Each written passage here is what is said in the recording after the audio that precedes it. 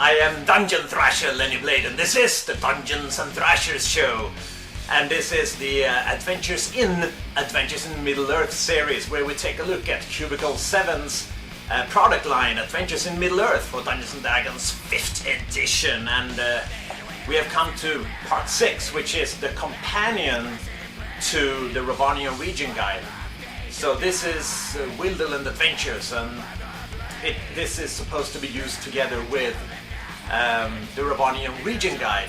As Cubicle 7 likes pointing out, the Wilderland's adventure cannot be used without the Ravanian region guide, but the region guide can be used without the adventure. So you will actually find a lot of the important adversaries and NPCs and information in the region guide. So this is strictly the adventure.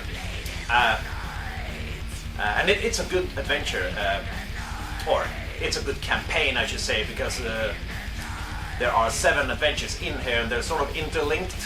You can play them separately, but I find that they play much better in a campaign setting.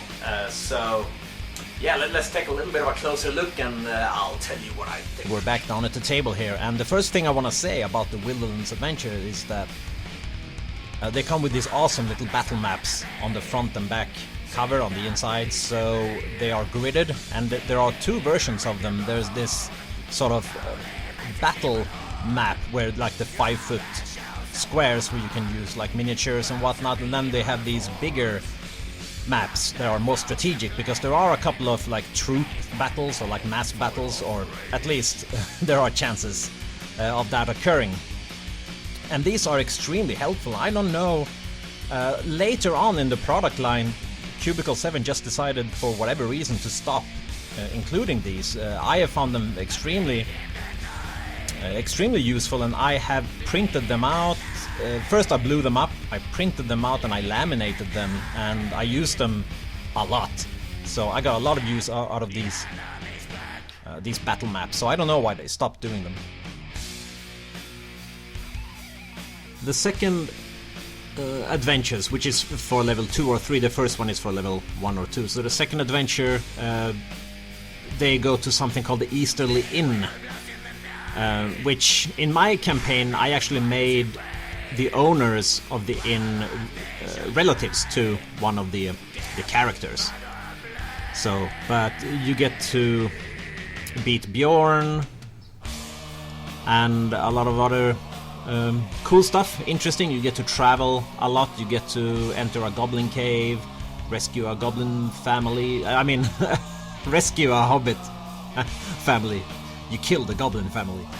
Yeah, and then the next adventure is for level 3 or 4, and you get to meet Bjorn again. And this time it's more like an investigation and traveling adventure, because there's been a crime committed, there's been a murder. This is not really a big spoiler because it happens at the beginning of the adventure. And then you get to meet a lot of cool characters, I have to say.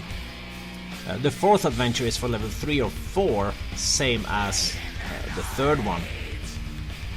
And then you get to escort an elf woman called AiAiME, and I remember this one of my players actually said that he got goosebumps when they were traveling with her and he was talking to her, because this is probably the oldest creature they will ever see in Middle-earth. You know, she's so old and she has that ancient sadness in her eyes and all that good stuff. So they get to escort her, and some other bad things happen, and there is even a little bit of almost time traveling. I'm not gonna get too much into detail here. And then there's another adventure for levels 4 or 5, and they actually get to meet Radagast, and they may meet eagles during these adventures as well. My adventurers did not, simply because of the choices they made. And then the second to last adventure is for level 5 and 6. And now I can't really go into details of the story that much. without spoiling, so I'm not going to do that. And then there is one more. The last one is for level 6 or higher. And one of the things that I like, of course, I do enjoy, as you can see, the layout is 2-column layout with like special blurbs and a lot of smaller maps as well.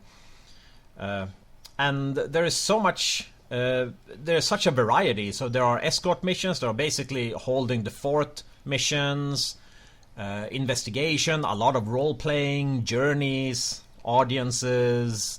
There's even opportunities for mass combat. So my adventures traveled with the forces of Lake Town and Dale, and they held this bridge, and there was also a battle at a village where 2 forces clashed. Like there was a lot of mass combat and army movement and things like that, which those maps that I talked about earlier, the ones that are more strategic and more zoomed out on to help you on a strategic level when you play,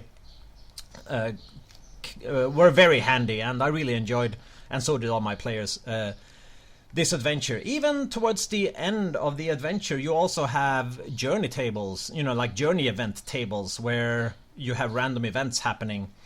And those are useful even outside of the adventure. So even after you're finished, you can still, use these tables in your... So it's a very good adventure, taking your characters from level 1 to around 6. I think my highest character was level 8 when I finished. Recommended.